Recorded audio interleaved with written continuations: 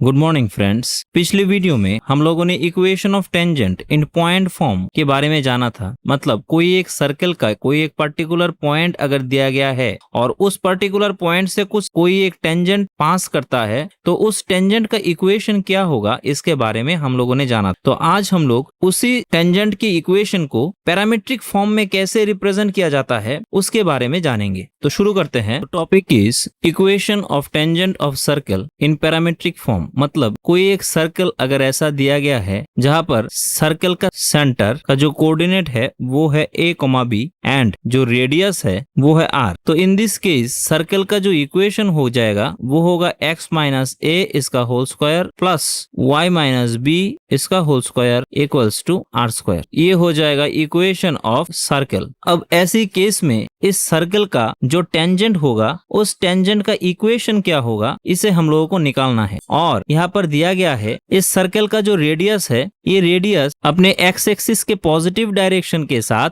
Alpha angle create करता है। तो ऐसी केस में टेंजेंट का इक्वेशन क्या होगा? तो हम लोग जानते हैं कि ये रेडियस जो है ये अपने टेंजेंट के साथ पॉइंट ऑफ कांटेक्ट में 90 डिग्री एंगल क्रिएट करता है। तो इस सेंटर को हम लोग C पॉइंट से डिनोट कर दे और इस पॉइंट को हम लोग A से डिनोट कर दे और इस पॉइंट को हम लोग कैपिटल B से डिनोट कर दे, तो यहाँ पर ट्रायंगल CAB एक राइट एंगल ट्रायंगल बन जाएगा where angle A is right angle. अब AC जो लाइन है जिसको हम रेडियस बोलते हैं सर्कल का, ये अपने एक्स एक्सिस के पॉजिटिव डायरेक्शन के साथ अल्फा एंगल क्रिएट करता है। मतलब एंगल ACB ये दिया गया है अल्फा, तो स्लोप ऑफ AC लाइन हो जाएगा tan अल्फा। सिंस AC जो लाइन है वो परपेंडिकुलर है AB के साथ, तो स्लोप ऑफ AB हो जाएगा -1/tan अल्फा, मतलब माइनस कॉट अल्फा। अब हम लोग पॉइंट A से CB के ऊपर एक परपेंडिकुलर लाइन ड्रॉ करें, इसे दे देते हैं M। तो ड्रॉ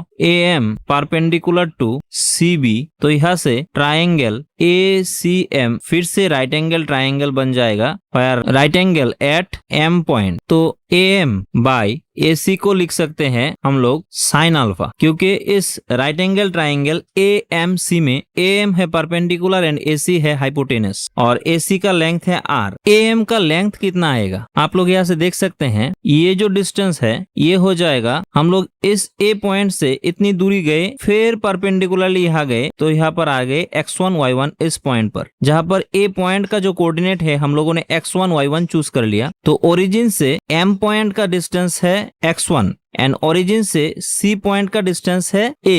देयरफॉर CM यहाँ से हो जाएगा x1 minus A and AM equals to हो जाएगा y1 माइनस B। तो AM की जगह पर लिख सकते हैं y1 minus B by AC का वैल्यू R साइन अल्फा। तो यहाँ से y1 equals to B plus R sine alpha. Similarly x1 equals to हो जाएगा A plus R cos alpha. तो इस A पॉइंट का कोऑर्डिनेट हो जाएगा A plus R cos alpha B plus R sine alpha. अब कोई एक स्ट्रेट लाइन जिसका कोई एक पॉइंट का कोऑर्डिनेट हम लोग जानते हैं और इस स्ट्रेट लाइन का जो स्लोप है ये हो जाएगा माइनस कॉट अल्फा, ये भी हम लोग जानते हैं। तो हम लोग इजीली इस टेंजेंट का इक्वेशन निकाल सकते हैं। तो कैसे निकालते हैं देख लेते हैं। तो इस AB लाइन का इक्वेशन बन जाएगा y minus y1 equals to m into x minus x1। अब y1 का वैल्यू यहाँ पर है minus B plus R sine alpha और M यहाँ पर है माइनस कॉट अल्फा, क्योंकि AB का जो स्लोप आया था वो था माइनस कॉट अल्फा। यहाँ से आप लोग देख सकते हैं slope of AB minus cot alpha आया था एंड x माइनस x1 का वैल्यू हो जाएगा A प्लस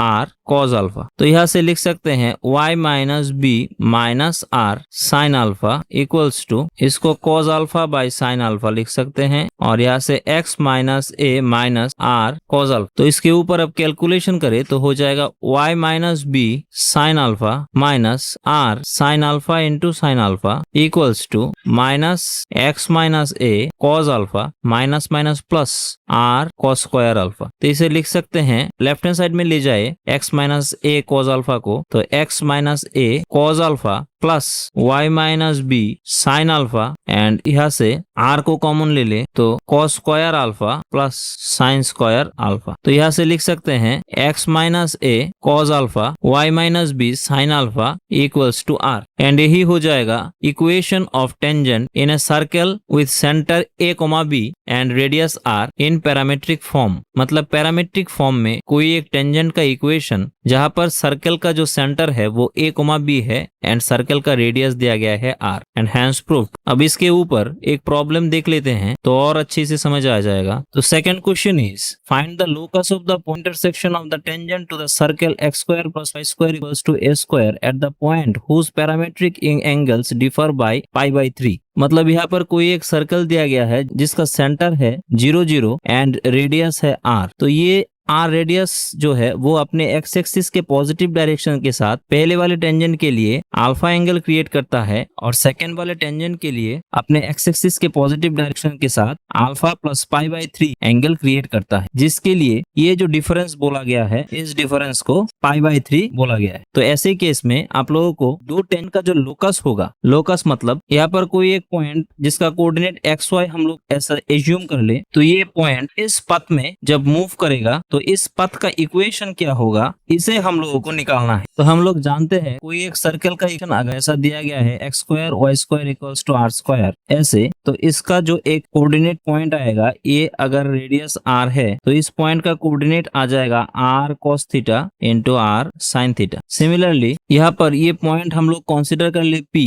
तो इसका कोऑर्डिनेट आएगा a cos alpha plus a sin alpha, क्योंकि ये अल्फा एंगल क्रिएट करता है। सिमिलरली यहाँ पर q पॉइंट कंसिडर कर ले तो इसका कोऑर्डिनेट आ जाएगा a cos alpha plus π/3 comma a sin alpha plus π/3। तो p पॉइंट का कोऑर्डिनेट आ जाएगा a cos alpha and a sin alpha and q point का कोऑर्डिनेट आ जाएगा a cos alpha plus π/3 and a sin alpha plus π/3। तो p point से जाने वाला जो टेंजेंट होगा उसका पैरामीट्रिक इक्वेशन हो जाएगा। The equation of tangent passes through p is x cos alpha plus y sin alpha equals to a। ये हम लोगों ने डेफिनेशन से लिख लिया। Similarly equation of tangent passes through q हो जाएगा x cos π/3 plus alpha and y sin π/3 plus alpha equals to a। तो इसे लिख सकते हैं x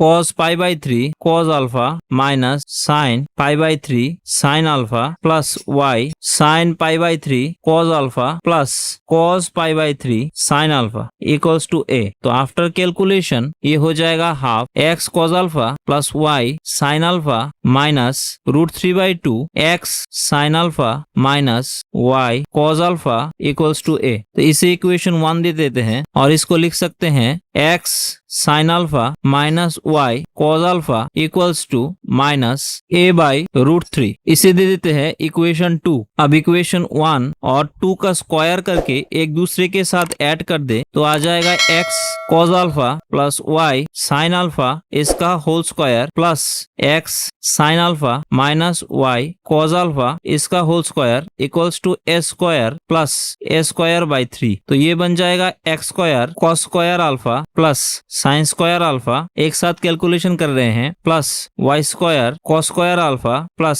साइन स्क्वायर अल्फा, और पहले वाले टर्म से आ जाएगा plus 2xy cos alpha sine alpha, second वाले टर्म से आ जाएगा 2xy cos alpha sign alpha, और यहाँ से आ जाएगा 4a²/3। तो अल्टीमेटली ये हो जाएगा x square plus y square equals to 4a²/3 और 3 into x square plus y square equals to 4a², and this is the respective locus of the point whose parametric angle differ by π/3। मतलब ये जो locus है इस xy point का moving पथ, इसका equation बन जाएगा 3x² plus y square equals to 4a²। यही है आंसर। तो अप टू दिस आशा करता हूँ आप लोग समझ गए होंगे। तो आज हम लोग यही अपना सेशन कंक्लूड कर रहे हैं। नेक्स्ट डे हम लोग और कुछ करेंगे। तब तक के लिए thank you and good bye.